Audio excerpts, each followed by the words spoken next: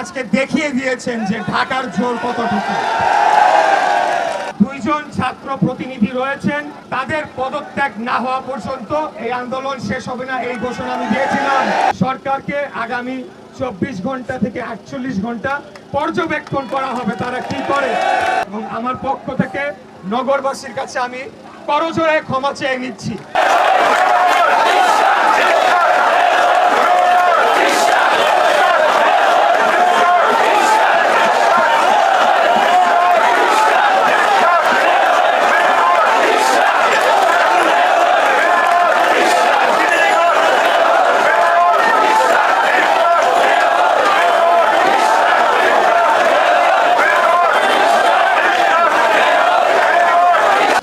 প্রথমেই আমাদের নেতা দেশনায়ক জনাব তারেক রহমানের পক্ষ থেকে নিরলস পরিশ্রম করে ঝড় বৃষ্টি রোদ তাপমাত্রা বিভিন্ন প্রতিকূল অবস্থা মোকাবেলা করে এই যে আন্দোলনটিকে এই পর্যায়ে নিয়ে এসেছেন, সেটার জন্যে উনি আপনাদেরকে ধন্যবাদ জানিয়েছেন, কৃতজ্ঞতা পোষণ করেছেন আমার মাধ্যমে। এর পাশাপাশি আমি ইশরাক হোসেন, আমি নিজেও আপনাদের কাছে চিরজীবন ঋণী থাকব। যখন এই বর্তমান সরকার আমার অধিকার থেকে আমাকে বঞ্চিত করা শুরু করলো, আপনারা স্বপ্রণোদিত হয়ে ঢাকাবাসী একযোগে নেমে এসে আজকে দেখিয়ে দিয়েছেন যে ঢাকার জোর কতটুকু। প্রিয় নেতৃবৃন্দ, আমি আসার সময় আমাদের নেতৃবৃন্দের সাথে কথা বলে এসেছি, তাই কিছু দিক নির্দেশনামূলক বক্তব্য আপনাদের মাঝে রাখবো, আপনারা শুনবেন। প্রথমেই আজকে আপনারা জানেন যে হাইকোর্টে একটি ভুয়া রিট বলা যায়, সেই রিট দিয়ে আমাকে মেয়র পদে শপথ গ্রহণ করানোর থেকে বাধাগ্রস্ত করানোর একটা অপচেষ্টা করা হয়েছিল সরকারের পক্ষ থেকে। এই বিষয়ে আমাদের দলের মত যে সবশেষে গিয়ে আইনের শাসনের বিজয় হয়েছে, আইনের শাসন প্রতিষ্ঠা হয়েছে, এবং যেহেতু আমরা আইনের শাসনের প্রতি শ্রদ্ধাশীল, আমরা আশা রাখবো যে বর্তমান অন্তর্বর্তীকালীন সরকার আর একদিনও কালক্ষেপণ না করে অবিলম্বে আদালতের রায় বাস্তবায়ন করার মাধ্যমে তাদের আগামী দিনের এজেন্ডা সেটা জনগণের কাছে ফুটিয়ে তুলে ধরবেন। আমাদের নির্দেশনা এরকম যে আজকে যেহেতু আমরা রায়টি পেয়েছি, আমরা এটি নিয়ে কাজ চলছে। যদি আবারও টালবাহানা করে এই সরকার, আবারও কালক্ষেপণ করে, তাহলে কালকে সকালেই আবার আমরা এখানে এসে ঘেরাও দিব। প্রিয় নেতৃবৃন্দ, দ্বিতীয় বিষয় হচ্ছে, আপনারা জানেন যে আমাদের এই কর্মসূচিগুলোর ফলে চরম জনভোগ সৃষ্টি হয় এবং জনগণ দুর্ভোগে পড়ে, রাস্তায় ঘন্টার পর ঘন্টা ট্রাফিকে তারা আটকিয়ে থাকে এবং নাগরিক বিভিন্ন সেবা থেকে তারা বঞ্চিত হয়। এই যে ঘটনাটি ঘটে, সেটার জন্য আমাদের নেতা এবং আমরা দুজনেই ঢাকার সাধারণ জনগণের কাছে আমরা আন্তরিকভাবে ক্ষমা প্রার্থনা করছি। পাশাপাশি এটাও বলে দিতে চাই যে শুরুতেই তো এটা আমাদের পরিকল্পনার অংশ ছিল না। বর্তমান সরকার তারা আমাদেরকে অধিকার বঞ্চিত করতে গিয়ে এমন পর্যায়ে নিয়ে যায় যখন আমরা বাধ্য হয়ে এই ধরনের কর্মসূচিতে আসার জন্য আমরা সিদ্ধান্ত নেই।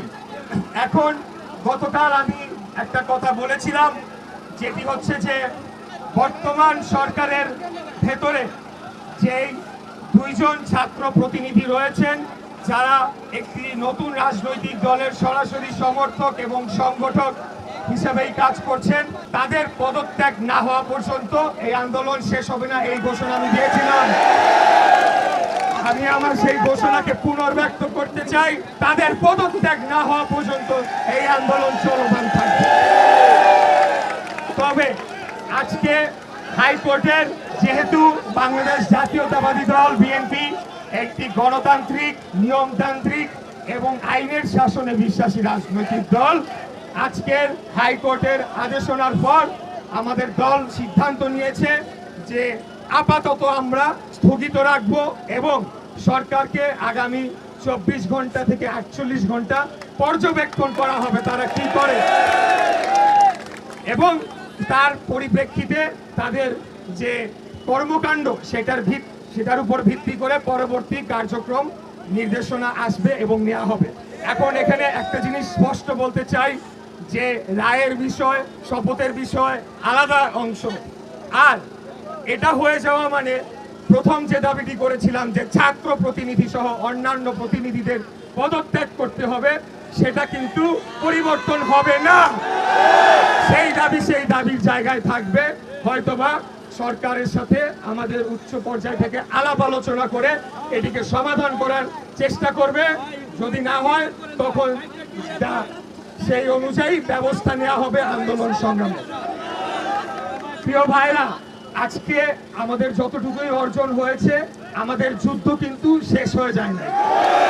আমরা ছোট ছোট ধাপে একটা একটা করে ধাপ পার হয়ে আমরা আমাদের চূড়ান্ত লক্ষ্যের দিকে অগ্রসর হচ্ছি, এবং এই কাজ করতে গিয়ে সম্পূর্ণ শতভাগ কৃতিত্ব যদি দিতে হয় তাহলে আমাদের তৃণমূলের বিএনপি এবং সকল অঙ্গ সহযোগী সংগঠনের যারা নেতা কর্মীরা রয়েছেন তাদেরকে সর্বোচ্চ কৃতিত্বটা দিতে হবে। তারা যে পরিমাণ কষ্ট করে এই আন্দোলনটিকে সংগঠিত করেছে, যেই আন্দোলনে ঢাকাবাসী স্বতঃস্ফূর্তভাবে তারা নেমে এসে যোগদান করে এই সরকারকে বাধ্য করেছে তাদের জায়গা থেকে সরে আসে। আমরা যেটা ইতিমধ্যেই বলেছি যে যে জনদুর্ভোগ সৃষ্টি হয়েছে, রাস্তাঘাট চলাচল সহ নগর ভবনে যে সেবা কাজ কিছুটা ব্যাহত হয়েছে, সেটার জন্য আমাদের নেতা দেশনায়ক জনাব তারেক রহমানের পক্ষ থেকে এবং আমার পক্ষ থেকে নগরবাসীর কাছে আমি করজোড়ে ক্ষমা চেয়ে নিচ্ছি। কিন্তু পাশাপাশি এটাও বলে দিতে চাই, একদিন আপনারা অবশ্যই বুঝবেন কেন আমরা আজকে এই কাজটি করেছিলাম। যেদিন গণতন্ত্র পুনঃপ্রতিষ্ঠা পাবে সেদিন আপনারা হয়তো বা বুঝতে পারবেন। তো প্রিয় নেতৃবৃন্দ, এখন আর বক্তব্য দীর্ঘায়িত কিছু নাই। আমাদের নির্দেশনা এটাই, আমরা পর্যবেক্ষণে রাখবো সরকারকে, তারা ধানের শীষের প্রার্থীর সাথে এখন কি ধরনের কি আচরণ করে সেটি দেখার বিষয় রয়েছে। আপনারা জানেন আরেকটি নতুন রাজনৈতিক দল, তারা এটা নিয়ে নানা ধরনের বিভ্রান্তিকর লেখা লিখছে, পোস্ট লিখছে, ভুল আইনি ব্যাখ্যা দিচ্ছে। কিন্তু আমরা বিশ্বাস রাখি প্রফেসর ডক্টর মোহাম্মদ ইউনূস, মাননীয় প্রধান উপদেষ্টা, বাংলাদেশ সরকারের মাননীয় প্রধান উপদেষ্টা, উনি সর্বজন শ্রদ্ধেয় ব্যক্তি, ওনাকে আমরা সবাই শ্রদ্ধা করি। আমার নেতা দেশনায়ক জনাব তারেক রহমান বিশেষত আমাকে বলে দিয়েছেন তুমি ওনার কথা বলবে। ওনাকে শ্রদ্ধা জানিয়ে আমরা বলতে চাই, আপনার আশেপাশে এই যে কুলাঙ্গাররা রয়েছে তাদেরকে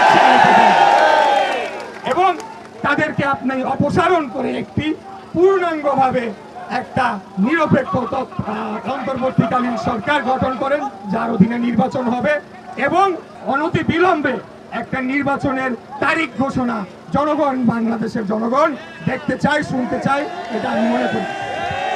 তো এই আর বক্তব্য দিব না, আপনাদের প্রতি পরবর্তী নির্দেশনা আসবে। আজকের বিজয় যদি সরকার ঠিক মতো বাস্তবায়ন করে, আমি কিচ্ছু হই নাই, মেয়র হয়েছেন আপনারা, বাংলাদেশের ঢাকার জনগণ, প্রত্যেকটি মানুষ যারা ঝড় বৃষ্টি বাদলার মধ্যে ঘন্টার পর ঘন্টা রাস্তায় বসেছিলেন, সারা রাত আপনারা বসেছিলেন।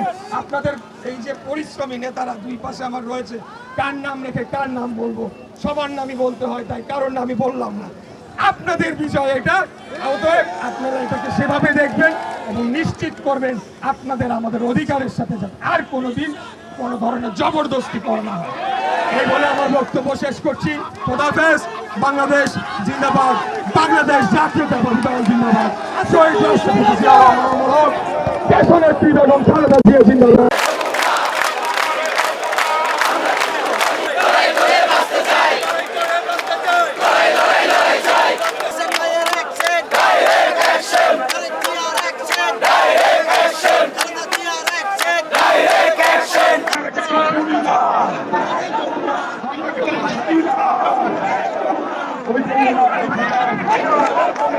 ওই তো মনে আছে